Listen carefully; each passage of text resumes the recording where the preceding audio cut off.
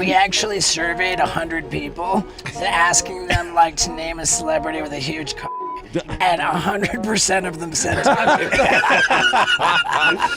Yeah, dude. That's awesome. You can chorus know my next guest for drumming with Motley Crue and for his love life. Now he's telling his story in the new book, Tommyland, which I swear to God, he co-wrote with his penis. It starts off with you and your penis having a conversation. Do you talk often? Oh yeah, for sure. All the time. Doesn't everybody? You said that you had a fake name that you would check into hotels with called like... Dick's enormous. He's well hung, the boy is. My mom, God bless her, I would give her my hotel alias. But she's like, why Tom? Was she bummed on the sex tape that came out? You're like, dude, Mom, it's cool. I got the hugest dong in the whole world knows it now. Mom, it's not a bad thing, Mom. It's cool. Even though Tommy said over and over how painful and humiliating the release of his tape with Pam was, in 1999, he started singing a different tune in a track that he dropped featuring Lil' Kim and Fred Durst called Get Naked. In the song, Tommy talks about his honeymoon video by rapping, and that's a term I use lightly, these lyrics. $77 million made from watching me come under the sun, on my vacation shooting my jizzy jism, the Woody has risen, rocking my porno tape for hours and hours, clitorises are fearing me, it's bigger than Ron Jeremy. So between those lyrics, the gratuitous angles of Tommy in the nude, and the screenshots of their actual video popping up in what looks like an adult website, you gotta admit this does feel kind of like an invitation and even an advertisement for viewers to check out their honeymoon tape for themselves, right?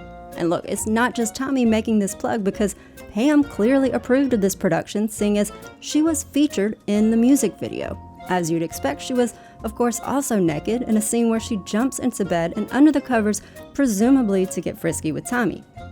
But y'all, this music video would definitely not be the last time that Tommy would strip down and bare it all, because just this year in 2022, he made a post on his Instagram with a completely uncensored view of his main member.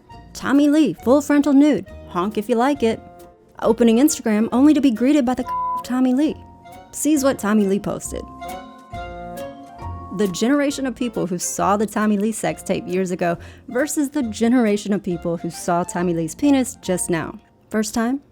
Now, after Tommy published this very revealing photo, Instagram eventually removed his pic for violating the terms of its platform, but people still wanted to know why he would post this in the first place. And Tommy explained at a concert saying he didn't mean to, but he was just wilding out and on a bender. I went on the biggest motherfucking bender for 2 weeks like I was that guy and then sitting there naked taking pictures of my. But then Tommy decides to lean into this little mishap and invite his audience to participate in the oversharing. A concert goer is speaking out against the actions of rock band Motley Crue after the band's drummer asked attendees to expose their genitals, and some did in front of children. And we're gonna play a little game called If I Show You Mine, Will You Show Me Yours?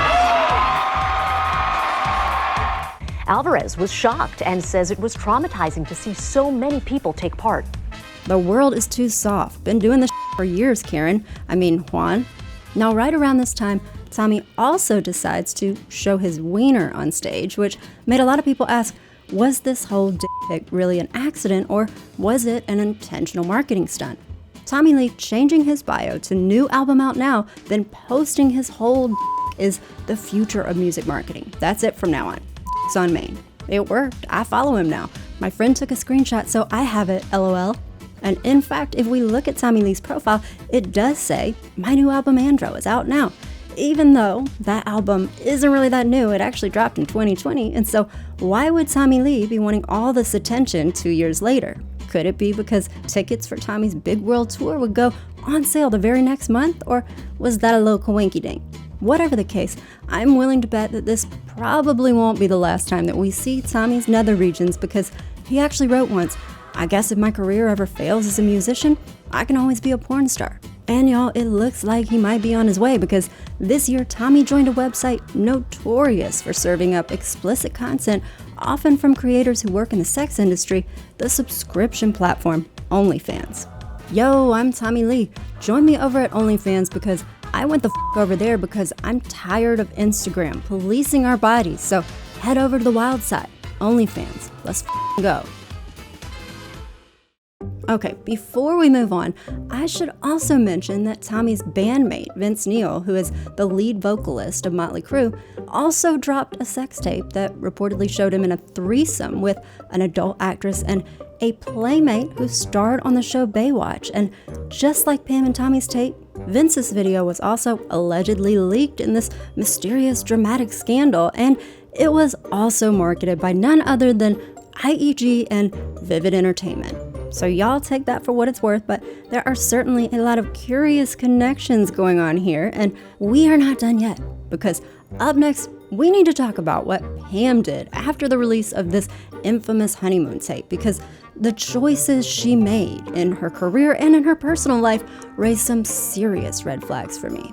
You've been watching an excerpt from my video on the savage scammer behind the release of Pam and Tommy's honeymoon tape, and there is so much more to this story, so if you want to see the full video, you can find that link down in the description, or you can search YouTube for Pam and Tommy by Mary Betsy.